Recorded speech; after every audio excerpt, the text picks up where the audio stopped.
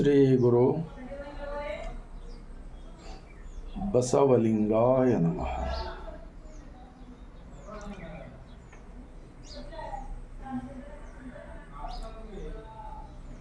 ಜಗತ್ತಿನ ಮೊಟ್ಟ ಮೊದಲನೇ ಅನುಭವ ಮಂಟಪ ಸ್ಥಾಪಕರು ಅಂದರೆ ವಿಶ್ವ ಸಂವಿಧಾನ ಜಾತಿರಹಿತ ಸಕಲ ಜೀವಾತ್ಮರ ಲೇಷಿಗಾಗಿ ಸರ್ವರಿಗೂ ಒಬ್ಬನೇ ಒಬ್ಬ ದೇವರು. ಅಂತಹ ಸೃಷ್ಟಿಕರ್ತ ನಮ್ಮೆಲ್ಲ ಜೀವರಾಶಿಗಳನ್ನು ಹುಟ್ಟಿಸಿ ನಮ್ಮೆಲ್ಲರನ್ನ ಅನ್ನ ನೀರು ಗಾಳಿ ಬೆಳಕು ಕೊಟ್ಟು ಸಲ್ಲತಕ್ಕಂತಹ ದೇವನಿಗೆ ಮೂರ್ತಿ ಇಲ್ಲ, ಗುಡಿ ಇಲ್ಲ, ಗುಂಡಾರವಿಲ್ಲ. ಆ ಕಾರಣಕ್ಕಾಗಿಯೇ ಬಸವಣ್ಣನವರು ಸ್ಥಾಪಿಸಿದ ಅನುಭವ ಮಂಟಪದಲ್ಲಿ ಮಹಾತ್ಮ ಬಸವಣ್ಣನವರು ಈ ಇಷ್ಟಲಿಂಗವನ್ನು ಕೊಡುವುದರ ಮೂಲಕ ನಿಮ್ಮ ಅರಿವೇ ನಿಮಗೆ ಗುರು, ನಿಮ್ಮ ದೇಹವೇ ನಿಮಗೆ ದೇವಸ್ಥಾನ, ಕಾಯಕವೇ ಕೈಲಾಸ, ಈ ಸತ್ಯವನ್ನು ತಿಳಿಸಿದ್ರಲ್ಲ. ಇವತ್ತು ಇಡೀ ಜಗತ್ತೇ ಹೋಗ್ತಾ ಇದೆ. ಇಂತಹ ವಿಜ್ಞಾನದ ವೈಚಾರಿಕ ವಿಚಾರಗಳನ್ನು ಜಗತ್ತಿಗೆ ಕೊಟ್ಟವರು 892 ವರ್ಷಗಳ ಹಿಂದೆ ಬಿಜ್ಜಳರಾಜರ ಪ್ರಧಾನಮಂತ್ರಿಯಾಗಿದ್ದುಕೊಂಡು ಅಣ್ಣ ಬಸವಣ್ಣನವರು. ಆ ಮಹಾತ್ಮ ಬಸವಣ್ಣನವರ ಅನುಭವ ಮಂಟಪದಲ್ಲಿ 770 ಜನ ಅಮರಗಣಗಳು, ಲಕ್ಷದ ಮೇಲೆ 96,000 ಶರಣರು ಈ ಜಗತ್ತಿನ ಮೂಲೆಗಳಿಂದ ಬಂದು ಅನುಭವ ಮಂಟಪದಲ್ಲಿ ಭಾಗಿಯಾಗಿ ಪ್ರತಿಯೊಬ್ಬರು ತಮ್ಮ ತಮ್ಮ ಕಾಯಕಗಳನ್ನು ಮಾಡಿಕೊಂಡು ಅನುಭವ ಮಂಟಪದಲ್ಲಿ ದಿನನಿತ್ಯ ಚಿಂತನೆಗಳನ್ನು ಮಾಡೋದ್ರ ಮೂಲಕ ವಚನಗಳನ್ನು ಕೊಟ್ಟಿದ್ದಾರೆ. ಆ ವಚನಗಳನ್ನು ಬರೆಯುವ ಅವಶ್ಯಕತೆ ಯಾಕೆ ಬಿತ್ತು? ಭಾರತೀಯರಾದ ನಾವೆಲ್ಲರೂ ಪ್ರತಿಯೊಬ್ಬರು ಯೋಚನೆ ಮಾಡಬೇಕು. ಶರಣರು ವಚನಗಳನ್ನು ಬರೆಯುವ ಅವಶ್ಯಕತೆ ಯಾಕೆ ಬಿತ್ತು? ಈಗ ನೋಡಿ, ನಾನೊಂದು ತಪ್ಪು ಮಾಡ್ತಾ ಇದ್ದೀನಿ ಅಂತ ತಿಳ್ಕೊಳ್ಳಿ. ನಮ್ಮ ಸುತ್ತಮುತ್ತಲೇ ಇರ್ತಕ್ಕಂಥ ನೋಡಿದವರು ಇದನ್ನು ನೀನು ತಪ್ಪು ಮಾಡ್ತಾ ಇದ್ದೀಯಪ್ಪ ಅಂಥೇಳಿ ಯಾರಾದರೂ ಹೇಳಬಹುದಲ್ಲ? ಆವಾಗ ನಾನು ಹೌದಲ್ಲ, ನಾನು ತಿಳಿಯಲಾರ್ದಕ್ಕೆ ತಪ್ಪು ಮಾಡ್ತಾ ಇದ್ದೀನೋ ಅಥವಾ ತಿಳಿದು ತಪ್ಪು ಮಾಡ್ತಾ ಇದ್ದೀನಿ. ಆದರೆ ಸಮಾಜದ ಜನರು ನೀವು ತಪ್ಪು ಮಾಡ್ತಾ ಇದ್ದೀಯ ಅಂತ ಹೇಳಿದಾಗ ನಾವು ತಪ್ಪು ಮಾಡುವುದನ್ನು ಬಿಡಲೇಬೇಕಾಗುತ್ತದೆ. ಹಾಗೆಯೇ ಈ ಭಾರತ ದೇಶದಲ್ಲಿ ಪಟ್ಟಭದ್ರ ಹಿತಾಸಕ್ತಿಗಳು, ಸ್ವಾರ್ಥಿಗಳು, ಮೈಗಳ್ಳರು, ದುಡಿಯಲಾರದೆ ದುಡಿಯುವ ವರ್ಗದವರ ಮೇಲೆ 4 ಭಾಗ ಬ್ರಾಹ್ಮಣ, ಕ್ಷತ್ರಿಯ, ವೈಶ್ಯ, ಶೂದ್ರ, ಹೀಗೆ 5 ಪಂಚಮ ಇಂಥವು ಮನುಷ್ಯರನ್ನು ಅವರು ಮಾಡ್ತಕ್ಕಂಥ ಉತ್ಪಾದಕ ಕಾಯಕಗಳ ಹೆಸರಿ ಮೇಲೆ ಅವರಿಗೆ ಜಾತಿಯನ್ನು ಮಾಡಿಬಿಟ್ಟು ಶೋಷಣೆ ಮಾಡ್ತಕ್ಕಂಥದ್ದು, ಪ್ರತಿಯೊಬ್ಬರನ್ನು ಹಲವು ದೈವಗಳನ್ನು ತೋರಿಸಿ ಅವರನ್ನು ಅಜ್ಞಾನದಲ್ಲಿಟ್ಟು ಗುಲಾಮಗಿರಿಯಂತೆ ನಡೆಸಿಕೊಳ್ತಕ್ಕಂಥದ್ದು, ಇದೆಲ್ಲವೂ ಕೂಡ ಬಸವಣ್ಣನವರು ಕಂಡು ಅವರಿಗೆ ಒಂದು ಮಹಾನ್ ಕಳಕಳಿ ಇತ್ತು ಸಮಾಜದ ಮೇಲೆ. ಯಾರು ಶೋಷಣೆಗೆ ಒಳಗಾಗ್ತಕ್ಕಂಥದ್ದನ್ನು ನೋಡಿ, ತೊಂದರೆಗೆ ಒಳಗಾಗ್ತಕ್ಕಂಥವ್ರನ್ನು ನೋಡಿ, ಆ ಎಲ್ಲ ಸುಖ ದುಃಖ ನನ್ನದಿದೆ ಅಂಥೇಳಿ ಅಂದು ಮಹಾನ್ ಪ್ರಧಾನಮಂತ್ರಿ ಆಗಿದ್ದವರು ಬಸವಣ್ಣನವರು, ಅವರ ಸುಖ ಎನ್ನ ಸುಖ, ಅವರ ದುಃಖ ಎನ್ನ ದುಃಖ ಅಂಥೇಳಿ ಇಷ್ಟೊಂದು ನೋವು, ಇನ್ನೊಬ್ಬರ ನೋವನ್ನು ತನ್ನ ನೋವೆಂದು ಅರ್ಥ ಮಾಡಿಕೊಂಡು ಅನುಭವ ಮಂಟಪದಲ್ಲಿ ಎಲ್ಲರನ್ನ ಬರಮಾಡಿಕೊಂಡು ಎಲ್ಲರನ್ನು ಒಪ್ಪಿಕೊಂಡು ಮಹಾನ್ ಧರ್ಮ ಅಂದರೆ ಬಹಳಷ್ಟು ಧರ್ಮಗಳಿವೆ. ಆದರೆ ಬಸವಣ್ಣನವರು ಸ್ಥಾಪಿಸಿದ ಧರ್ಮ 2 2 ಕೂಡಿಸಿದರೆ 4 ಹೇಗೆ ಆಗುತ್ತವಲ್ಲ, ಹಾಗೆಯೇ ಇಡೀ ಜಗತ್ತವನ್ನೇ ಮೆಚ್ಚತಕ್ಕಂತಹ, ಎಲ್ಲರಲ್ಲಿ ದಯ ಕಾಣ್ತಕ್ಕಂಥದ್ದು, ಎಲ್ಲರನ್ನ ಸಮಾನತೆಯಾಗಿ ನೋಡ್ಕೊಳ್ತಕ್ಕಂಥದ್ದು, ಆನಂತರ ಮನಸ್ಸಾಕ್ಷಿಯಿಂದ ಬದುಕ್ತಕ್ಕಂಥ ತತ್ವ ಕೊಟ್ಟಿದ್ದಾರಲ್ಲ. ಆ ಕಾರಣಕ್ಕಾಗಿಯೇ ಬಸವಣ್ಣನವರು ಉಳ್ಳವರು ಶಿವಾಲಯ ಮಾಡುವರು, ನಾನೇನು ಮಾಡುವೆ ಬಡವನೇ ಎಂಬ ಈ ವಚನ ಭಾಳಷ್ಟು ಜನರಿಗೆ ಗೊತ್ತಿದೆಯಲ್ಲ. ಇಂತಹ ಮಹಾನ್ ತತ್ವವನ್ನು 892 ವರ್ಷ ಕಳೆದು ಹೋದರೂ ಕೂಡ ಇನ್ನೂ ಈ ತತ್ವವನ್ನು ವಿರೋಧಿಸ್ತಕ್ಕಂಥವ್ರು ಒಳಗೆ ಬಹಿರಂಗದಲ್ಲಿ ವಿರೋಧಿಸ್ಲಿಕ್ಕಾಗ್ತಾ ಇಲ್ಲ ಇವರಿಗೆ.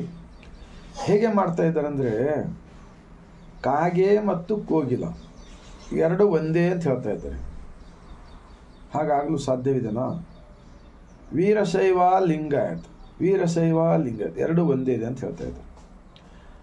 ಬಸವಣ್ಣನವರು ಸ್ಥಾಪಿಸಿದ್ದು ಇಷ್ಟಲಿಂಗದ ಮೂಲಕ, ಬ್ರಹ್ಮಾಂಡದ ಲಾಂಛನ ಅರಿವಿನ ಕುರುಹು ಕೊಡೋದ್ರ ಮೂಲಕ ಲಿಂಗ ಆಯತ ಧರ್ಮ ಸ್ಥಾಪನೆ ಮಾಡಿದ್ದು ಇಡೀ ಜಗತ್ತಿಗೆ ಗೊತ್ತಿದೆ.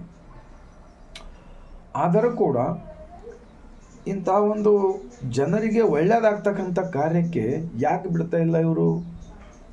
ಏನಾದರೂ ಒಂದು ಕುತಂತ್ರ ಮಾಡಿ, ಏನಾದರೂ ಒಂದು, ಯಾಕೆಂದರೆ ಬಹಳ ಜನ ವಚನಗಳನ್ನು ಓದುತ್ತಿಲ್ಲ. ಯಾಕೆಂದರೆ ಯಾರ ಕಾಯಕ ಇತ್ತು, ಯಾರ ಜವಾಬ್ದಾರಿ ಇತ್ತು ಶರಣರ ತತ್ವವನ್ನು ಪ್ರಚಾರ ಮಾಡ್ತಕ್ಕಂಥದ್ದು, ಅವರೇ ಕಲಬೆರಕೆ ಮಾಡಿ ಜನರನ್ನು ದಿಕ್ಕು ತಪ್ಪಿಸ್ತಕ್ಕಂಥ ಕೆಲಸ ಮಾಡ್ತಾ ಇರೋದನ್ನು ನಾವು ನೋಡುತ್ತಿದ್ದೇವೆ. ಯಾಕೆಂದರೆ ಇವತ್ತು ಈ ಮೊಬೈಲ್ದಾಗ ಎಲ್ಲವನ್ನು ಕಾಣಿಸ್ತದೆ. ಎಲ್ಲ ಇದೇ ಒಂದು ಮೊಬೈಲ್ ಅನುಭವ ಮಂಟಪ ಅಂತೇಳಿ ತಿಳ್ಕೊಬೇಕಾಗುತ್ತದೆ. ಈಗ ಎಲ್ಲರೂ ಚಿಂತನೆ ಮಾಡ್ತಾ ಇದ್ದಾರೆ ಜಗತ್ತಿನ ತುಂಬ. ನಾವು ಅವತ್ತಿನ ಥರ ಬಸವಣ್ಣನವ್ರ ಥರ ಒಂದೇ ಸ್ಥಳದಲ್ಲಿ ಅನುಭವ ಮಂಟಪ ಕಟ್ಟಿ ಅಲ್ಲೇ ಎಲ್ಲರೂ ಕೂಡಿ ಚರ್ಚೆ ಮಾಡ್ತಕ್ಕಂಥ ಇದೇ ಅಷ್ಟೊಂದು ಕೂಡ ಅವಶ್ಯಕತೆ ಇಲ್ಲ. ಇಂತಹ ವಚನಗಳ ಮೂಲಕ ಪ್ರತಿಯೊಬ್ಬರು ಯಾರ್ಯಾರು ವಚನಗಳನ್ನು ಓದುತ್ತೀರಿ ಅವರೆಲ್ಲರೂ ತಮಗೆ ಅನುಭವ ಬಂದಿರತಕ್ಕಂಥದ್ದು ಮನಸ್ಸಿನಿಂದ ಹೊರಗೆ ಹಾಕಿದರೆ ನಿಜವಾಗಿರ್ತಕ್ಕಂಥ ದೇವನ ದರ್ಶನವಾಗುತ್ತದೆ ಅಂತಕ್ಕಂಥದ್ದು ನನ್ನ ದೃಢ ನಿರ್ಧಾರದ ಆತ್ಮಶಕ್ತಿ, ಆತ್ಮಬಲವಾಗಿದೆ. ಇವಾಗ ಒಂದು ಬಸವಣ್ಣನವರ ವಚನ. ಅಪ್ಪನು ನಮ್ಮ ಮಾದಾರ ಚೆನ್ನಯ್ಯ, ಬೊಪ್ಪನು ನಮ್ಮ ಡೋಹಾರ ಕಕ್ಕಯ್ಯ, ಚಿಕ್ಕಯ್ಯ ನನ್ನಯ್ಯ ಕಾಣಿರಣ್ಣ, ಅಣ್ಣನು ನಮ್ಮ ಕಿನ್ನರಿ ಬೊಮ್ಮಯ್ಯ, ಎನ್ನ ನೇತಕ್ಕೆ ಅರೀರಿ ಕೂಡಲ ಸಂಗಮ ದೇವ. ಹೀಗೆ ಬಹಳಷ್ಟು ವಚನಗಳಿವೆ. ಎಲ್ಲ ಕೆಳವರ್ಗದವರಿಗೆ ಶೋಷಣೆ ಒಳಗಾಗಿರ್ತಕ್ಕಂಥವ್ರು ಎಲ್ಲರನ್ನ ಒಪ್ಪಿಕೊಂಡು ಬಸವಣ್ಣನವರು ತಮ್ಮ ಎತ್ತರಕ್ಕೆ ಕೊಂಡೊಯ್ದಿದ್ದಾರೆ. ಆದರೆ ಇವತ್ತೇನು ನಡೀತಾ ಇದೆ? ನೋಡ್ತಾ ಇದ್ರಲ್ಲ ತಾವೆಲ್ಲ. ನಾವೆಲ್ಲ ಭಕ್ತರು, ಅವರೆಲ್ಲ ಗುರುಗಳು. ಮಹಾತ್ಮ ಬಸವಣ್ಣವರು ಹೇಳ್ತಾರೆ, ನಿಮ್ಮ ಅರಿವೇ ನಿಮಗೆ ಗುರು, ನಿಮ್ಮ ದೇಹವೇ ನಿಮ್ಮ ದೇವಸ್ಥಾನ, ಕಾಯಕವೇ ಕೈಲಾಸ. ಸುಳ್ಳಿದೆನಾ? ಯಾರಾದರೂ ಹೇಳಿ ನೋಡೋಣ. ಸ್ವಲ್ಪ ಆತ್ಮ ಅವಲೋಕನ ಮಾಡಿ ಸುಳ್ಳಿದೆನಾ ಹೇಳಿ ನೋಡೋಣ ಯಾರಾದರೂ. ನಾನು ಇವತ್ತು 892 ವರ್ಷಗಳು ಕಳೆದರೂ ಕೂಡ ಇನ್ನೂ ಈ ಥರ ಬಸವಣ್ಣನವರ ತತ್ವವನ್ನು ಮರೆಮಾಸ್ತಕ್ಕಂಥದ್ದು ಯಾರ್ಯಾರು ಮಾಡ್ತಾ ಇದ್ದಾರಲ್ಲ ಅವರು ಆತ್ಮವಂಚಕರಾಗುತ್ತಿದ್ದಾರೆ. ಇವತ್ತು ದೇಶಭಕ್ತಿ, ದೇಶ ಪ್ರೇಮದ ಬಗ್ಗೆ ಮಾತನಾಡ್ತಾರೆ ಬರೀ. ಆದರೆ ದೇಶಭಕ್ತಿ, ದೇಶ ಪ್ರೇಮ ಇರಬೇಕಾಗಿದ್ದೇ ಆದರೆ ಸಮಾನತೆ ವಿಚಾರ ಬೇಕಲ್ವಾ? ಬಸವಾದಿ ಶರಣರ ವಚನಗಳನ್ನು ಚಿಂತನೆ ಮಾಡೋದ್ರ ಮೂಲಕ ತಮ್ಮ ಜೀವನದಲ್ಲಿ ಅಳವಡಿಸಿಕೊಂಡು ಇನ್ನೊಬ್ಬರಿಗೆ ತಿಳಿಸಬೇಕಾಗಿತ್ತಲ್ಲ. ಆವಾಗ ನಮ್ಮ ದೇಶ ಪ್ರಗತಿ ಆಗುತ್ತದೆ. ಯಾವ ವ್ಯಕ್ತಿ ತಿಳಿಯಲಾರ್ದಕ್ಕೆ ಏನೇನು ತಪ್ಪು ಮಾಡ್ತಾ ಇದ್ದಾರೆ ನನ್ನನ್ನು ಒಳಗೊಂಡು. ಈಗ ನಾವು ತಪ್ಪು ಮಾಡತಕ್ಕಂಥದ್ದು ಸ್ವಲ್ಪ ಬಿಟ್ಟಂಗೆ ಆಯ್ತಲ್ಲ, ಬಿಡ್ತೇವಲ್ಲ, ಇವತ್ತೆಲ್ಲ ನಾಳೆ ಬಿಡ್ತೇವಲ್ಲ. ನಾವು ಸುಳ್ಳನ್ನೇ ಹಲವು ದೈವಗಳ ಎಂಜಲು ತಿನ್ನಿಸ್ತಕ್ಕಂಥವರು. ಬಸವಣ್ಣನವರು ಹೇಳ್ತಾರೆ, ಪರಮಪತಿ ವರ್ತೆಗೆ ಗಂಡನೊಬ್ಬ, ಮತ್ತೊಂದಕ್ಕೆ ಅರಿಗಿದರೆ ಕಿವಿ ಮೂಗ ಕೊಯ್ಯುವನು. ಅಂದರೆ HIV ರೋಗ, ಏಡ್ಸ್ ರೋಗ ಬಂದು ಹೋಯ್ತಲ್ಲ, ಸರ್ಕಾರದ ದುಡ್ಡು ಕೋಟಿಗಟ್ಟಲೆ ಹಾಳಾದವಲ್ಲ. ಒಂದು ವೇಳೆಗೆ ಅವತ್ತಿನ ಹಿಡಿದು ನೀವೆಲ್ಲ ದೊಡ್ಡ ನಾವು ಆ ಕಾರ್ಯ ಮಾಡುತ್ತೇವೆ, ಈ ಕಾರ್ಯ ಮಾಡುತ್ತೇವೆ, ಏನಿಲ್ಲ, ಯಾವ ಶಕ್ತಿ ಇಲ್ಲ, ಯಾವ ಯುಕ್ತಿ ಇಲ್ಲ. ಹೊಟ್ಟೆಯಲ್ಲಿ ಅನ್ನ ಹಾಕುವವರೆಗೆ ನೀರು ಕುಡಿಯುವವರೆಗೆ ಯಾವ ಶಕ್ತಿ ಬರುವುದಿಲ್ಲ. ಈ ಅನ್ನ ನೀರು, ಅದಕ್ಕೆ ಜಠರದಾಶಿಮಯ್ಯನವರು ಹೇಳ್ತಾರೆ, ಬೆಳೆ ನಿಮ್ಮ ದಾನ, ಬೆಳೆ ನಿಮ್ಮ ದಾನ, ಸುತ್ತಿ ಸುಳಿದು ಬೀಸುವ ಗಾಳಿ ನಿಮ್ಮ ದಾನ, ಎತ್ತು ನಿಮ್ಮ ದಾನ, ಬಿತ್ತು ನಿಮ್ಮ ದಾನ, ನಿಮ್ಮ ದಾನವನುಂಡು ಅನ್ಯರ ಹೊಗಳುವ ಕುನ್ನಿಗಳ ನಾನೆಂಬೆ ರಾಮನಾಥ. ಗೊತ್ತಾಗೋದಿಲ್ವಾ? ಇದರ ಅರ್ಥ ಏನೆಂದರೆ, ಈ ಶರೀರ ಸುಮ್ಮನೆ ಅಲ್ಲಿದು. ಈ ಶರೀರ ಬ್ರಹ್ಮಾಂಡದ ಒಡೆಯ ಮಾಡಿದ್ದಾನೆ. ನೋಡಿ, ದೇವರು ಎಲ್ಲರಿಗೂ ಬೇರೆ ಬೇರೆ ಹೇಗಿರುತ್ತಾನೆ ಹೇಳಿ ನೋಡೋಣ ಯಾರಾದರೂ. ನಮ್ಮಂಥ ಸಾಮಾನ್ಯ ಜನರು ಬಿಡ್ರಿ. ಈಗ ದೊಡ್ಡ ದೊಡ್ಡ ಕಾರುಗಳಲ್ಲಿ ತಿರುಗ್ತಕ್ಕಂಥವ್ರು, ದೊಡ್ಡ ದೊಡ್ಡ ಉಡುಗೆ ತೊಡುಗೆಗಳನ್ನು ಉಟ್ಕೊಂಡು ನಾನೇ ಗುರು ಅಂತ ಹೇಳಿ ಕಳ್ತಿರಲ್ಲ, ಪ್ರತಿಯೊಬ್ಬರ ದೇವರು ಬೇರೆ ಬೇರೆ ಆಗ್ತಾನ? ಆತ್ಮ ಸಾಕ್ಷಿಯಿಂದ ಹೇಳ ನೋಡೋಣ. ಇಡೀ ಸೂರ್ಯ ಜಗತ್ತಿಗೆ ಒಬ್ಬನೇ ಇದ್ದಾನ ಇಲ್ವಾ? ಹಾಗಾದರೆ ಬೇರೆ ದೇವರೆಂಬ ಕಲ್ಪನೆಯನ್ನು ಸುಮ್ಮ ಆಟ ಸಾಮಾನು ಅಂತ ತಿಳ್ಕೊಂಡಿದ್ರಾ? ಚಿಕ್ಕ ಮಕ್ಕಳು ಆಡ್ತಾವಲ್ಲ ಆ ಥರ ಏನು ಆಟ ಸಾಮಾನು ಅಂತ ತಿಳ್ಕೊಂಡಿದ್ರಾ ನೀವೆಲ್ಲ? ದೇವರಂದರೆ ಬಸವಾದಿ ಶರಣರ ವಚನಗಳು 25,000 ವಚನಗಳು ದೊರಕಿವೆ. ಆದರೂ ಕೂಡ ಸುಳ್ಳು ಹೇಳಿ ಪ್ರಚಾರ ಮಾಡ್ಕೊಂಡು ಬರ್ತಾ ಇದ್ರಲ್ಲ, ಆತ್ಮವಂಚಕರಾಗೋದಿಲ್ವಾ? ಇವತ್ತ ಯುವಕರೆಲ್ಲ ಹಾಳಾಗಿ ಹೋಗ್ತಾ ಇದ್ದಾರೆ. ಎಷ್ಟೋ ಯುವಕರಿಗೆ ಡಿಗ್ರಿ ಪಡೆದರೂ ಕೂಡ ಅವರಿಗೆ ಕೆಲಸ ಸಿಗ್ತಾ ಇಲ್ಲ. ದುಶ್ಚಟ, ದುರ್ಗುಣ, ದುರ್ನಡತೆಗೆ ಬಲಿ ಆಗ್ತಾ ಇದ್ದಾರೆ. ಶರಣರ ವಚನಗಳನ್ನು ಬಿಟ್ಟರೆ ಯಾರಿಗೂ ಬದಲಾವಣೆ ಆಗಲು ಸಾಧ್ಯವಿಲ್ಲ. ನಾನು ಆತ್ಮ ಸಾಕ್ಷಿನಿಂದ ಹೇಳ್ತಾ ಇದ್ದೀನಿ. 23 ಭಾಷೆಯಲ್ಲಿ ವಚನಗಳು ಬಂದಿವೆ. ಇವತ್ತಿಲ್ಲ ನಾಳೆ. ಬಸವಣ್ಣನವರು ಮಹಾತ್ಯಾಗ, ಮಹಾನ್ ವ್ಯಕ್ತಿಯವರು. ಎಷ್ಟೊಂದು ಈ ಕಲ್ಯಾಣದಲ್ಲಿ ಪಾಪದ ಕಾರ್ಯ ನಡೆದು ಹೋಗಿದೆ, ಎಲ್ಲವೂ ಕೂಡ ವಚನಗಳಿದೆ. ಎನಿಶೆಂದಡೆ ನಾನು ಧೃತಿಗೆಡನೆಯ, ಎಲು ದುರಿದು ನರ ಹರಿದು ಕರಳು ಕುಪ್ಪಳಿಸಿದೊಡೆ ನಾನು ಧೃತಿಗೆಡನೆಯ, ಶಿರ ಹರಿದು ಅಟ್ಟಿ ನೆಲಕ್ಕೆ ಬಿದ್ದರೆ ಈ ನಾಲಿಗೆ ಕೂಡಲ ಸಂಘ ನಿನಗೇ ಶರಣೆನ್ನುತ್ತಿದ್ದೀತಯ್ಯ. ಇಂತಹ ಕ್ರಾಂತಿಕಾರಿ ಬಸವಣ್ಣನವರು 12ನೇ ಶತಮಾನದಲ್ಲಿ ಮಹಾಪಾಪಿಗಳು.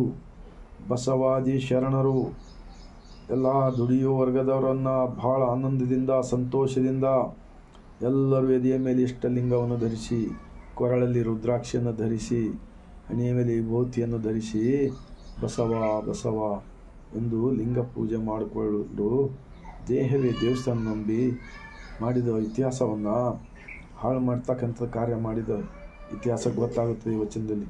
ಅವತ್ತ ಶರಣರಿಗೆ ಕೊಂಡಿ ಮಂಚಣ್ಣ ವರ್ಗದವರು ಮಹಾಪಾಪಿಗಳು, ಮಹಾ ಕುತಂತ್ರವಾದಿಗಳು, ಮಹಾ ಮನುವಾದಿಗಳು, ಮಹಾ ಸ್ವಾರ್ಥಿಗಳು, ಇವರೆಲ್ಲರೂ ಬಹಳಷ್ಟು ತೊಂದರೆ ಕೊಟ್ಟಿದ್ದಾರೆ. ಅವೆಲ್ಲ ಕೂಡ ಅಂಥ ಸಂದರ್ಭದಲ್ಲಿ ಬಸವಣ್ಣನವರು ಹೇಳುತ್ತಾರೆ, ಜೋಳವಾಳುವ ನಾನಲ್ಲ, ವೇಳೆ ಆಳುವ ನಾನಯ್ಯ, ಹಾಳುಗೆಟ್ಟು ಓಡುವ ಆಳು ನಾನಲ್ಲಯ್ಯ, ಕೇಳು ಕೂಡಲ ಸಂಗಮ ದೇವ, ಮರಣವೇ ಮಹಾನವಮಿ, ಮರಣವೇ ಮಹಾನವಮಿ. ನೀವು ಯಾರಂತ ತ್ಯಾಗ ಮಾಡಕ್ಕೆ ತಯಾರಿದ್ದೀರಾ? ಬರೇ ದಾರಿ ತಪ್ಪಿಸ್ತಕ್ಕಂಥ ಕೆಲಸ ಮಾಡೋದು, ಬರೇ ದಾರಿ ತಪ್ಪಿಸ್ತಕ್ಕಂಥದ್ದು. ಇದು ನೋಡಿ ನೋಡಿ ಈ ಕಣ್ಣಲ್ಲಿ ನೋಡಿ, ಈ ಕಿವಿದು ಕೇಳಿ, ಯಾಕಪ್ಪ ಇಷ್ಟೊಂದು ಸರಳ ತತ್ವ ಇದೆಯಲ್ಲ, ನಾವು ಎಲ್ಲಿದ್ದಲೇ ನಮ್ಮ ದೇವನನ್ನು ನಾವು ದರ್ಶನ ಪಡೆದುಕೊಳ್ಳಬಹುದಲ್ಲ. ಮಣ್ಣು ಬಿಟ್ಟು ಮಡಿಕೆ ಅಲ್ಲ, ತನ್ನ ಬಿಟ್ಟು ದೇವರಿಲ್ಲ.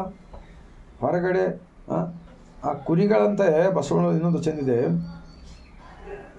ಕುರಿಯ ಹಿಂಡು ಕಬ್ಬಿನ ಉಲಿವ ತೋಟವ ಹೊಕ್ಕು, ತೆರನ ನರಿಯದೆ ತನಿ ರಸದ ಹೊರಗಣ ಎಲೆಯನ್ನೇ ಮೇಯ್ದವು, ನಿಮ್ಮ ಅರಿತ ಮದಕರಿಯಲ್ಲದೆ ಕುರಿ ಬಲ್ಲುದೆ ಕೂಡಲ ಸಂಗಮ ದೇವ.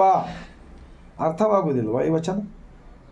ಲಿಂಗಾಯತ ಒಳಪಂಗಡದ 97% ತಮ್ಮೆಲ್ಲರಲ್ಲಿ ಒಂದು ಕಳಕಳಿ ವಿನಂತಿ ಇದೆ.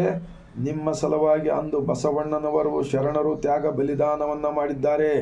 ಇವತ್ತಿನ ರಾಜಕಾರಣಿಗಳು ಈ ಕಡೆನೂ ಡುಮ್ ಡುಮ್, ಈ ಕಡೆನೂ ಡುಮ್ ಡುಮ್, ಮತ್ತು ಧರ್ಮದ ಬೋಧನೆ ಮಾಡ್ತಕ್ಕಂಥವ್ರಂಥ ರಾಜಕಾರಣಿಗಳನ್ನು ಹಿಡಿದುಕೊಂಡು ಅವರಿಗೆ ಸನ್ಮಾನ ಮಾಡಿ, ಅವ್ರಿಗೆ ಶಾಲ್ ಹಾಕಿ, ಹೂವಿನ ಹಾರ ಹಾಕಿ, ಬಸವಣ್ಣನವರ ಶರಣರ ತತ್ವದ ಒಂದು ವಿರುದ್ಧವಾಗಿರ್ತಕ್ಕಂಥ ಅಜ್ಞಾನದ ಆಚರಣೆಗಳನ್ನು ಮಾಡಿಸುವುದರ ಮೂಲಕ ಮತ್ತೆ ಮತ್ತೆ ಮತ್ತೆ ಮತ್ತೆ ಸತ್ಯವನ್ನು ಅರಿಯದೆ, ಸತ್ಯವನ್ನು ಜನಮನಕ್ಕೆ ಮುಟ್ಟಿಸದೆ, ಸತ್ಯವನ್ನು ಮೂಲೆ ಗುಂಪು ಮಾಡುವ ಒಂದು ಭಾಳ ದೊಡ್ಡ ಕುತಂತ್ರ ಕಂಡು ಬರ್ತಾ ಇದೆ.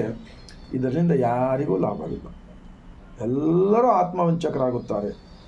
ಈಗೆಲ್ಲ ಮಾಡಿ ಒಂದು 1000 ವರ್ಷ ಯಾರಾದರೂ ಬದುಕ್ತೀರಾ? ನೀವ್ಯಾರು 1000 ವರ್ಷ ಬದುಕ್ತೀರಾ? ಯಾರು ಬದುಕಂಗಿಲ್ಲ. ಆತ್ಮ ಬಸವಣ್ಣರು ಹೇಳ್ತಾರೆ, ಈ ಶರೀರದಲ್ಲಿ ಒಬ್ಬ ಸುಪ್ರೀಂ ಕೋರ್ಟ್ ಜಡ್ಜ್ ಇದ್ದಾನೆ ಒಳಗಡೆ. ಮೇಲೆ ತೂಗುವ ತ್ರಾಸ ಕಟ್ಟಳೆ ನಿಮ್ಮ ಕೈಯಲ್ಲಿದೆ.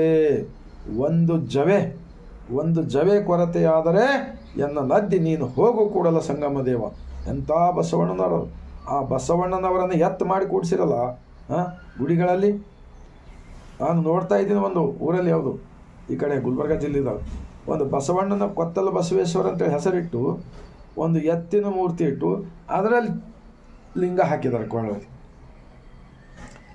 ಏನಿದೆ ಅಲ್ಲ, ಏನು ಸುದ್ದಿ, ಎಂಥ ಒಂಥರ ಮತ್ತು ಅಲ್ಲಿ ದಯವೇ ಧರ್ಮದ ಮೂಲ, ಕಾಯಕವೇ ಕೈಲಾಸ, ಇಂಥವೆಲ್ಲ ವಚನಗಳನ್ನು ಬರೆದು ಹಾಕಿದ್ದಾರೆ. ಮತ್ತು ಮೂರ್ತಿ ಯಾವ್ದು ಇಟ್ಟಿದ್ದಾರೆ? ಎತ್ತುಗಳು ವಚನಗಳು ಬರೀತಾವ. ಯಾವ ದೇಶದ ಎತ್ತಿದೆ ತೊಗೊಂಡ್ಬಳಿ ನೋಡೋಣ. ಜಪಾನ್, ಜರ್ಮನ್, ಅಮೇರಿಕಾ, ಯಾವುದೇ ದೇಶದಲ್ಲಿ ಎತ್ತುಗಳು ವಚನ ಬರೀತಾವ. ಇಂತಹ ಕುತಂತ್ರದ ವಾದಿಗಳು ಇದು ಈ ಜನ್ಮದಲ್ಲಿ ನಿಜಕ್ಕೂ ಸೃಷ್ಟಿಕರ್ತ ಎಂದಿಗೂ ಮಾಫ್ ಮಾಡೋದಿಲ್ಲ, ಕ್ಷಮೆ ಮಾಡೋದಿಲ್ಲ. ಆತ್ಮವಂಚಕರಾಗಿ ಬದುಕ್ತಾ ಇರ್ತಕ್ಕಂಥ ನಾನು ನೋಡ್ತಾ ಇದ್ದೀನಿ. ಕರಿ ಬಸವೇಶ್ವರ, ಮರಿ ಬಸವೇಶ್ವರ, ಏನೋ ಎಲ್ಲ ಚಿಂದಿ ಚೋರ್ ಮಾಡಿಬಿಟ್ರೆ ಬಸವಣ್ಣನವ್ರು ಅಂತಂದ್ರೆ ಅವ್ರಿಗೆ ಇಷ್ಟೊಂದು ಯಾಕಪ್ಪ ದ್ವೇಷ? ಮಹಾತ್ಮ ಬಸವಣ್ಣವ್ರ ಅನುಭವ ಮಂಟಪದ ತತ್ವದ ಮೇಲೆ ಯಾಕೆ ಇಷ್ಟೊಂದು ನಿಮಗೆ ದ್ವೇಷವಿದೆ? ಭಾರತ ದೇಶದ ಪ್ರಗತಿ ಆಗಲಿ ಅಂತ ಹೇಳ್ತೀರಿ, ಮತ್ತು ಜನರಿಗೆಲ್ಲ ಅಜ್ಞಾನದಾಗ ಇಡ್ತೀವಿ. ಏನು ಇದು? ಈ ಅನ್ನ ನುಡಿ ಒಂದು ಪರಿ, ಎನ್ನ ನಡೆ ಒಂದು ಪರಿ, ಎನ್ನೊಳಗೆ ಶುದ್ಧವಿಲ್ಲ ನೋಡಯ್ಯ. ಈ ನುಡಿಗೆ ತಕ್ಕ ನಡೆ ಕಂಡರೆ ಕೂಡಲ ಸಂಗಮ ದೇವ ತನ್ನೊಳಗೆ ಇರುವನಯ್ಯ. ನಿಮ್ಮ ಒಳಗೆ ದೇವರಿದ್ದಾನೆ, ನಮ್ಮ ಒಳಗೆ ದೇವರಿದ್ದಾನೆ, ಎಲ್ಲರೊಳಗೂ ದೇವರಿದ್ದಾನೆ. ಎಲ್ಲರೂ ಹುಟ್ಟಿ ಬಂದಿದ್ದು ಒಬ್ಬನಿಂದಲೇ, ಎಲ್ಲರೂ ತಾಯಿ ಗರ್ಭದಿಂದಲೇ. ಎಲ್ಲರೂ ಬದುಕ್ತಕ್ಕಂಥದ್ದು ಒಂದೇ ಭೂಮಿ, ಒಂದೇ ಗಾಳಿ, ಒಂದೇ ಆಕಾಶ, ಒಂದೇ ಸೂರ್ಯಚಂದ್ರ. ಗೊತ್ತಾಗೋದಿಲ್ಲ. ದೊಡ್ಡ ದೊಡ್ಡ ಜ್ಞಾನಿಗಳು ಪಾಪ ಮುಗ್ಧ ಜನ ನಿಮಗೆಲ್ಲ ದುಡ್ಡು ಕೊಡ್ತಾ ಇದೆ, ನಿಮಗೆಲ್ಲ ಸೌಲಭ್ಯ ಮಾಡ್ತಾ ಇದೆ. ಮತ್ತೆ ಜನರಿಗೆ ಗುಲಾಮರನ್ನಾಗಿ ಇಟ್ಕೊಳ್ಳೋ ಯಾಕೆ ಪ್ರಯತ್ನ ಪಡ್ತಾ ಇದ್ದೀರಿ? ಇದು ಮೋಸ ಆಗೋದಿಲ್ವಾ? ಇದು ಇವಾಗ ನೋಡಿ, ಜಗತ್ತ ತುಂಬ ಮೊಬೈಲ್ ಮೂಲಕ ವಿಚಾರಗಳು ಚಿಂತನೆ ನಡೀತಾ ಇವೆ. ಸತ್ಯ ಶರಣರ ವಚನಗಳಿಗೆ ತಾವೆಲ್ಲರೂ ಬೆಂಬಲ ಕೊಟ್ಟು ಅರ್ಥ ಮಾಡಿಕೊಂಡು ಏಕದೇವ ಉಪಾಸನೆ, ಜೀವಗಳಲ್ಲಿ ಮಾತ್ರ ಶಿವನನ್ನು ಕಾಣುವುದು. ಬಸವಣ್ಣನವರ ತತ್ವ ಏನು ಹೇಳಿಕೊಡುತ್ತದೆ ಅಂದರೆ, ಇನ್ನೊಂದು ವಚನ ಹೇಳ್ತೀನಿ, ಮೂರ್ತಿ ಪೂಜೆ ಇಲ್ಲ. ಈಗ ಬಸವಣ್ಣನವ್ರ ಪೂಜೆ ನಾವೇ ಮಾಡ್ತೇವೆ ಅಂತ ತಿಳ್ಕೊರಿ. ಹೂವಿನ ಹಾರ ಹಾಕ್ತೀವಿ, ಹಾವು ಹಾಕ್ತೀವಿ. ನಾವು ದೇವರೆಂದು ಹಾಕುವುದಿಲ್ಲ. ನಮ್ಮ ಧರ್ಮದ ಗುರು, ಸಮಾನತೆಯ ಗುರು, ಸಕಲ ಜೀವಾತ್ಮರಿಗೆ ಲೇಸನ್ನೇ ಬಯಸಿದ ಗುರು, ಧರ್ಮದ ಗುರು ಬಸವಣ್ಣನವರು, ಅಕ್ಕ ಮಹಾದೇವಿರವರು. ಅವರನ್ನು ನಾವು ಯಾಕೆ ಗೌರವಿಸ್ತೇವೆ ಅಂದರೆ, ಮುಂದಿನ ನಮ್ಮ ಮಕ್ಕಳು ಮೊಮ್ಮಕ್ಕಳ ಮುಂದಿನ ಪೀಳಿಗೆಗೆ ಈ ವಚನ ಯಾರು ಬರೆದಿದ್ದಾರಪ್ಪ ಅಂದರೆ ಬಸವಣ್ಣನವ್ರಿಗೆ ಕಾಯಿ ಅಕ್ಕ ಮಹಾದೇವಿ ಹಿಂಗೆ ತೋರಿಸೋ ಸಲುವಾಗಿ ಮಾಡ್ತೇವೆ ನಾವು. ಇದು ತಿಳ್ಕೊಬೇಕಷ್ಟೇ. ಆದ್ದರಿಂದ ಅರಗುತ್ ಬಸವಣ್ಣನವರ ವಚನವಿದೆ. ಅರಗುತ್ತಿಂದು ಕರಗುವ ದೈವ ಎಂತು ಸರಿ ಎಂಬೆನಯ್ಯ. ಉರಿಯ ಕಂಡರೆ ಮುರುಟುವ ದೈವಗಳು ಎಂತು ಸರಿ ಎಂಬೆನಯ್ಯ. ಅವಸರ ಬಂದರೆ ಮಾರುವ ದೈವಗಳು ಎಂತು ಸರಿ ಎಂಬೆನಯ್ಯ. ಅಂಜಿಕೆಯಾದರೆ ಹೂಳುವ ದೈವಗಳು ಎಂತು ಸರಿ ಎಂಬೆನಯ್ಯ.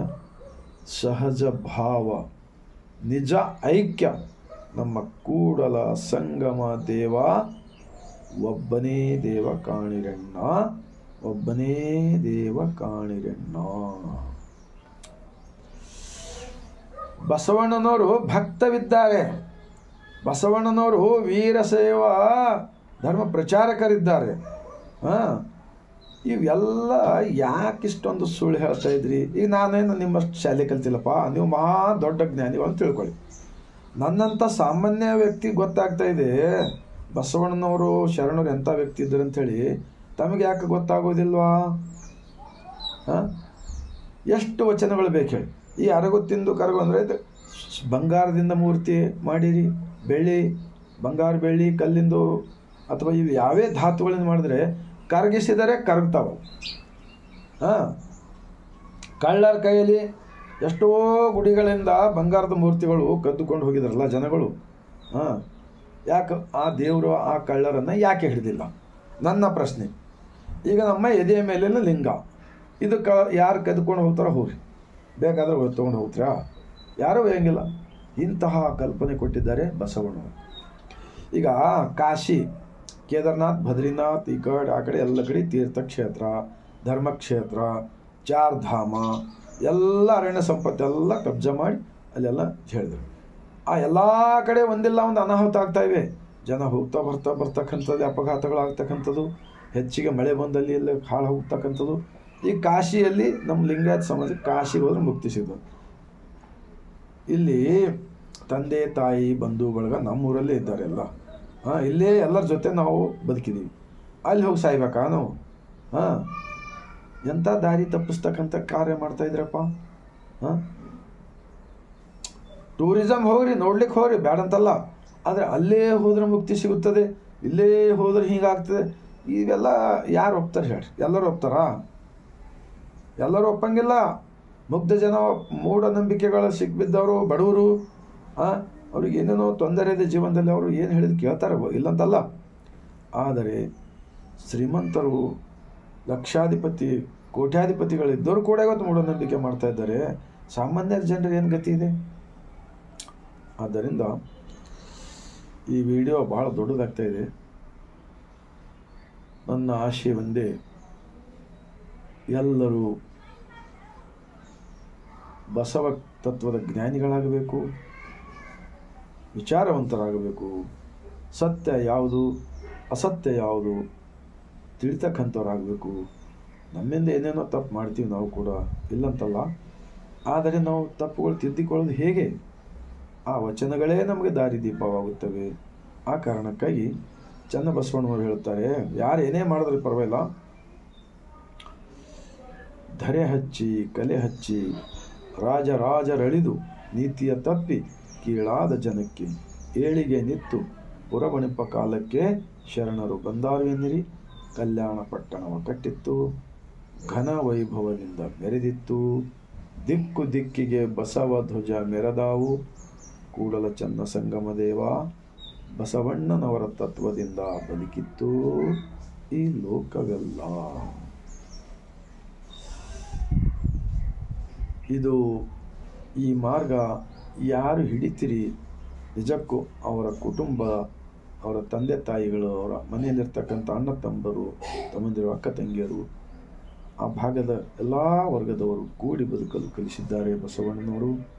ನಿಮಗೆ ಈ ಸತ್ಯ ಶರಣರನ್ನ ವಿಚಾರಗಳನ್ನು ಅರ್ಥ ಮಾಡಿಕೊಂಡು ಸಹಕಾರ ಮಾಡಿದ್ದರೆ ನಿಜಕ್ಕೂ ನಾನು ಆತ್ಮಸಾಕ್ಷಿನಿಂದ ಹೇಳ್ತಾ ಇದ್ದೀನಿ, ನಿಮಗೆ ಯಾವಾಗಲೂ ಕಲ್ಯಾಣವಾಗುತ್ತದೆ, ಒಳ್ಳೆಯದಾಗುತ್ತದೆ. ಸೃಷ್ಟಿಕರ್ತ ನಿಮ್ಮ ಒಳಗಿನ ದೇವರು ನಿಮಗೆ ಒಳ್ಳೆಯ ದಾರಿ ತೋರಿಸುತ್ತಾನೆ ಅಂಥೇಳಿ ನನ್ನ ದೃಢವಾದ ವಿಶ್ವಾಸ. ಇನ್ನೊಂದು ಪಕ್ಷವಿದೆ, ಬಸವಾದಿ ಶರಣರ ತತ್ವವನ್ನು ಮರೆಮಾಸ್ತಕ್ಕಂಥದ್ದು, ಕಲಬೆರಕೆ ಮಾಡ್ತಕ್ಕಂಥದ್ದು, ಸತ್ಯವನ್ನು ಸುಳ್ಳು ಹೇಳ್ತಕ್ಕಂಥದ್ದು, ಸುಳ್ಳನ್ನು ಸತ್ಯ ಮಾಡೋದು. ಅವ್ರ ಪಕ್ಷದಲ್ಲಿ ನೀವು ಹೋದ್ರಿ ಅಂದರೆ ನೀವು ನಿಜಕ್ಕೂ ಬುದ್ಧರವರು ಹೇಳಿದಾರ, ಆ ಸಾಸಿವೆಯಷ್ಟು ಸುಖಕ್ಕೆ ಸಾಗರದಷ್ಟು ದುಃಖ ನೋಡಿಲ್ಲ. ಅಂತಹ ಅನುಭವ ಅನುಭವಿಸಬೇಕಾಗುತ್ತದೆ. ಅದರಿಂದ ಇವತ್ತು ಬಸವಣ್ಣನವರು ಸ್ಥಾಪಿಸಿದ ಈ ಲಿಂಗ ಆಯತ ಧರ್ಮ ಉಳಿಸಿ ಬೆಳೆಸಬೇಕಾದರೆ ಇವತ್ತೇನು ಲಿಂಗಾಯತರಂಥೇಳಿ ಇದ್ದಾರಲ್ಲ, ಇವರಕ್ಕಿಂತ ಹೆಚ್ಚಿಗೆ ಜವಾಬ್ದಾರಿ ಬೇರೆ ಎಲ್ಲ ವರ್ಗದವರ ಮೇಲೆ ಇದೆ. ಆ ಎಲ್ಲ ವರ್ಗದವರು ತ್ಯಾಗ ಬಲಿದಾನವನ್ನು ಮಾಡಿದ್ದಾರೆ ಬಸವ ಕಲ್ಯಾಣದಲ್ಲಿ. ಮಾದಾರ ಚೆನ್ನಯ್ಯ, ದೋಹಾರ ಕಕ್ಕಯ್ಯ, ಉರಿಲಿಂಗ ಪೆದ್ದಿ, ಮಡಿವಾಳ ಮಾಚಯ್ಯ, ಆಂಬಿಗರ ಚೌಡಯ್ಯ, ಮೇದಾರ ಕೇತಯ್ಯ, ಹೀಗೆ ಕುಂಬಾರ ಗುಂಡಯ್ಯ, ಒಕ್ಕಲಿಗ ಮುದ್ದಣ್ಣ, ತುರ್ಗಾಯಿ ರಾಮಣ್ಣ, ಸಿದ್ದರಾಮೇಶ್ವರವರು, ಅಲ್ಲಮ ಪ್ರಭುರವರು, ಅವರೆಲ್ಲರೂ ಹುಟ್ಟಿನಿಂದ ಲಿಂಗಾಯತಿದ್ದರ. ಲಿಂಗ ಆಯತ, ಈ ಬ್ರಹ್ಮಾಂಡೇ ಒಂದು ಲಿಂಗ, ಇದ್ರ ಒಳಗೆ ನಾವು ಹುಟ್ಟಿ ಬದುಕ್ತಾ ಇದ್ದೀವಿ. ಈ ತತ್ವವನ್ನು ಅರಿತುಕೊಂಡು ಎದೆಯ ಮೇಲೆ ಇಷ್ಟಲಿಂಗವನ್ನು ಧರಿಸಿಕೊಂಡು ದೇಹವೇ ದೇವಾಲಯವಿದೆ, ದೇವಸ್ಥಾನವಿದೆ ಎಂದು ನಂಬಿ ಯಾರು ಬದುಕ್ತಾರಲ್ಲ ಅವರು ಲಿಂಗಾಯತರಾಗುತ್ತಾರೆ. 12ನೇ ಶತಮಾನದಲ್ಲಿ ಅವರೆಲ್ಲರೂ ಲಿಂಗ ಆಯತ ಧರ್ಮವನ್ನು ಕೂಡಿ ಕಟ್ಟಿದ್ದಾರೆ. ಇದು ವಿಜ್ಞಾನ ಧರ್ಮವಿದೆ, ಇಡೀ ಜಗತ್ತಿವೇ ನಂಬುತ್ತದೆ. ಇಂತಹ ಸಂದರ್ಭದಲ್ಲಿ ಬಸವಣ್ಣನವರ ಅನುಭವ ಮಂಟಪದ ತತ್ವಕ್ಕೆ ಚ್ಯುತಿ ತರಲಾರದಂತೆ ನೋಡಿಕೊಳ್ಳುವುದು ಈ ಭಾರತ ದೇಶದಲ್ಲಿರ್ತಕ್ಕಂಥ 97% ವರ್ಗದವರು. ಅವರೆಲ್ಲರ ಜವಾಬ್ದಾರಿ ಇರುತ್ತದೆ ಎಂದು ನಾನು ಆತ್ಮಸಾಕ್ಷಿಯಿಂದ, ವಚನಗಳ ಸಾಕ್ಷಿಯಿಂದ ಹೇಳುತ್ತಾ ತಮ್ಮೆಲ್ಲರಿಗೂ ಈ ಒಂದು ಕಳಕಳೆ ವಿಚಾರಗಳು, ಇದರಲ್ಲಿ ಎಲ್ಲರಿಗೂ ಕಲ್ಯಾಣವಾಗಲಿದೆ ಅಂತಕ್ಕಂಥದ್ದೇ ಹೊರತಾಗಿ ಮತ್ತೇನಿಲ್ಲ. ಬಸವಣ್ಣನವರಂದರೆ, ಬಸವ ಎಂದರೆ, ಬಸವಂಗೆ ಶರಣೆಂದರೆ ಪ್ರತ್ಯಕ್ಷ ಸುಖ, ಬಸವಂಗೆ ಶರಣೆಂದರೆ ಭವರೋಗಹರ, ಬಸವಂಗೆ ಶರಣೆಂದರೆ ಇಲ್ಲ ಆಪತ್ತು, ಬಸವಂಗೆ ಶರಣೆಂದರೆ ಉಂಟು ಸಂಪತ್ತು, ಬಸವಂಗೆ ಶರಣೆಂದರೆ ಉಂಟು ವಾಕ್ಸಿದ್ಧಿ, ಬಸವಂಗೆ ಶರಣೆಂದರೆ ಬೆಳೆಯುವುದು ಬುದ್ಧಿ, ಬೆಳೆಯುವುದು ಬುದ್ಧಿ. ಸೃಷ್ಟಿಕರ್ತನ ಜ್ಞಾನ ಬೆಳೆಯುತ್ತದೆ ಹೊರತಾಗಿ ಮತ್ತೇನೂ ಇಲ್ಲ. 26 ವರ್ಷಗಳ ಹಿಂದೆ ನನಗೂ ಕೂಡ ಶರಣರ ವಚನಗಳನ್ನು ಗೊತ್ತಿದ್ದಿಲ್ಲ, ನನಗೂ ಕೂಡ ಅಜ್ಞಾನಿಯಾಗಿದ್ದೇನೆ. ಈಗ ಈ ಶರಣರ 26 ವರ್ಷಗಳಿಂದ ನಮಗೆ ಪರಿಣಾಮವಾದ ಬಳಿಕ ನಾನು ರಕ್ತ ಸಂಬಂಧಿಗಳಿಗೆ ಮಾತ್ರ ನಂಬುವುದಿಲ್ಲ. ಭಕ್ತಿ ಸಂಬಂಧ ಅಂದರೆ ಎಲ್ಲ ಜಾತಿ ವರ್ಗದವರು ನನ್ನವರು. ಬಸವಣ್ಣನವರು ಹೇಳಿದಂತೆ ಅವರೆಲ್ಲರೂ ಬಸವ ತತ್ವವನ್ನು ಜೀವನದಲ್ಲಿ ಅಳವಡಿಸಿಕೊಂಡು ಆಚರಣೆಯನ್ನು ಮಾಡ್ತಕ್ಕಂಥವ್ರು ಯಾರೇ ಇರಲಿ ಅವರೇ ನನ್ನ ಅಣ್ಣ ತಮ್ಮಂದಿರು. ಯಾಕೆಂದರೆ ಬಸವಣ್ಣನವರೇ ಹೇಳಿದಾರಲ್ಲ, ಅಣ್ಣ ತಮ್ಮ ಹೆತ್ತ ಅಪ್ಪ ಗೋತ್ರವಾದರೇನಯ್ಯ, ಲಿಂಗ ಸಾಹಿತ್ಯ ಇಲ್ಲದವರು ಎಂದವರೆಂದೆನಯ್ಯ, ನಂಟು ಭಕ್ತಿ ನಾಯಕ ನರಕ ತಪ್ಪದು ಕೂಡಲ ಸಂಗಮ ದೇವ. ಗೊತ್ತಾಗೋದಿಲ್ಲ ವಚನ. ಬಸವಣ್ಣನವರು ಬಸವನ ಬಾಗೇವಾಡಿ ಬಿಟ್ಟಾಗ ಅವ್ರ ತಂದೆ ತಾಯಿ ಹೆಸರು ಎಲ್ಲಿಯಾದರೂ ಉಲ್ಲೇಖ ಮಾಡಿದಾರ? ಮಾದರ್ಸ, ಮಾದಲಾಂಬಿಕೆ ಅಂಥೇಳಿ ಎಲ್ಲಿ ಮಾಡಿಲ್ಲ. ಶರಣರೇ ನನ್ನ ಎಲ್ಲ ಬಂಧು ಬಳಗ, ಸೃಷ್ಟಿಕರ್ತನೇ ನನಗೆ ತಂದೆ ತಾಯಿ, ತಂದೆ ನೀನು ತಾಯಿ ನೀನು ಅಂಥೇಳಿ ವಚನ ಇಲ್ವಾ? ಬಂಧು ಬಳಗ ಯಾರಿರಲ್ಲ. ಒಂದು ಟೈಮ್ ಬಂತಂದ್ರೆ ಕೊನೆಯದಾಗಿ ಈ ನಮ್ಮ ಒಳಗಡೆ ಇರ್ತಕ್ಕಂಥ ಸೃಷ್ಟಿಕರ್ತನೇ ನಮಗೆ ಈ ಜೀವಕ್ಕೆ ಜೀವ. ಆದ್ದರಿಂದ ಬಸವ ಕಲ್ಯಾಣ ಒಂದು ಕಾಲದಲ್ಲಿ ಅವಿಮುಕ್ತ ಕ್ಷೇತ್ರವಾಗಿತ್ತು. ನಮ್ಮ ಕೂಡಲ ಸಂಗನ ಶರಣರಿಲ್ಲದ ಊರು ದೇಶ ವನವಾಸ ನರವಿಂದ ಕಾಣಿರಣ್ಣ. ಆದ್ದರಿಂದ ಈ ಬಸವ ಕಲ್ಯಾಣ ನಮ್ಮ ಬೀದರ್ ಡಿಸ್ಟಿಕ್, ನಮ್ಮ ಕರ್ನಾಟಕ ರಾಜ್ಯದ ಸಾಂಸ್ಕೃತಿಕ ನಾಯಕ ಮಹಾತ್ಮ ಬಸವಣ್ಣನವರನ್ನು ಗೌರವಿಸಿದ ಎಲ್ಲ ರೀತಿಯಿಂದ ಎಲ್ಲ ಶರಣರ ಕಚೇರಿಗಳಲ್ಲಿ, ಸರ್ಕಾರಿ ಕಚೇರಿಗಳಲ್ಲಿ ಬಸವಾದಿ ಶರಣರ ಭಾವಚಿತ್ರಗಳು, ಸಾಂಸ್ಕೃತಿಕ ನಾಯಕ ಬಸವಾದಿ ಶರಣರ ತ್ಯಾಗ ಬಲಿದಾನವನ್ನು ಕಂಡು ಲಿಂಗಾಯತ ಧರ್ಮಕ್ಕೆ ಮಾನ್ಯತೆ ಅದು ಎಲ್ಲ ಪೂರ ಸಮಿತಿ ರಚನೆ ಮಾಡಿ ಎಲ್ಲವನ್ನು ಅನುಭಾವಿಗಳಾಗಿರ್ತಕ್ಕಂಥ ಇವತ್ತಿನ ನಮ್ಮ ರಾಜ್ಯದ ಮುಖ್ಯಮಂತ್ರಿಜಿ ಸನ್ಮಾನ್ಯ ಶ್ರೀ ಸಿದ್ದರಾಮಯ್ಯರವರು ನಿಜಕ್ಕೂ ಬಸವಾದಿ ಶರಣರ ತತ್ವಕ್ಕೆ ಬಹಳಷ್ಟು ಬೆಂಬಲಿಸಿದ್ದಾರೆ. ಇನ್ನುಳಿದ ಎಲ್ಲ ಬೇರೆ ಬೇರೆ ರಾಜಕಾರಣಿ ಇದ್ರಲ್ಲ, ನೀವೆಲ್ಲರೂ ಕೂಡ ಅವರಂತೆ ಮಾಡಿದ್ದೇ ಆದರೆ ನಿಜಕ್ಕೂ ನಮ್ಮ ಕರ್ನಾಟಕ ರಾಜ್ಯದಲ್ಲಿ ಯಾರ ಮೇಲೆ ಯಾರು ಅನ್ಯಾಯ ಮಾಡದಂತೆ ದಯವೇ ಧರ್ಮದ ಮೂಲವೆಂದು ನಂಬಿ ಬದುಕುತ್ತಾರೆ ಅಂತ ದೃಢ ವಿಶ್ವಾಸ ನಮ್ಮದಾಗುತ್ತದೆ ಎಂದು ಹೇಳುತ್ತಾ ತಮ್ಮೆಲ್ಲರಿಗೂ ಈ ವಿಡಿಯೋ ಬಹಳ ದೊಡ್ಡದಾಗಿದೆ, ಪರವಾಗಿಲ್ಲ. ನನ್ನ ಅಂತರಂಗದ